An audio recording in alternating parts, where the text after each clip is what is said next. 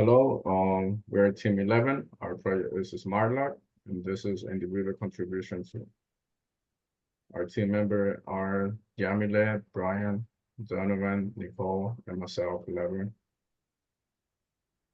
Um, in our group project as the team leader, one of the primary contribution is organizing team member tasks and coordinating our group maintenance schedule, ensuring that we remain on track and collaborate effectively.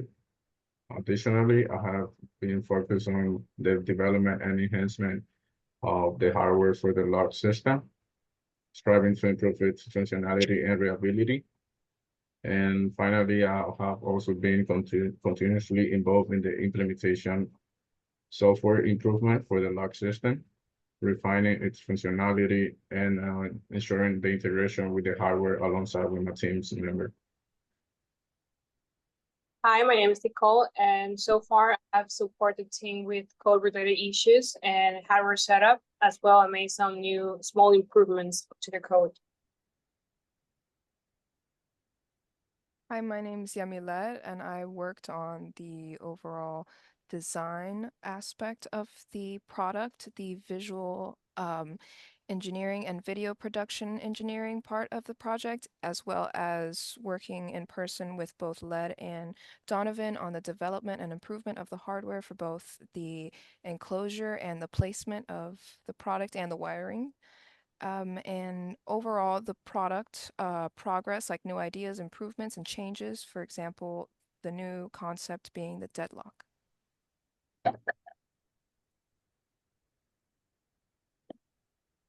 I'm Brian. For this update, I focused on getting the Firebase check timing up to date. We fixed issues with the Python code, added a second Bluetooth MAC address capability and the reboot button to the app, and fixed the proximity range for the proximity sensing for the Bluetooth.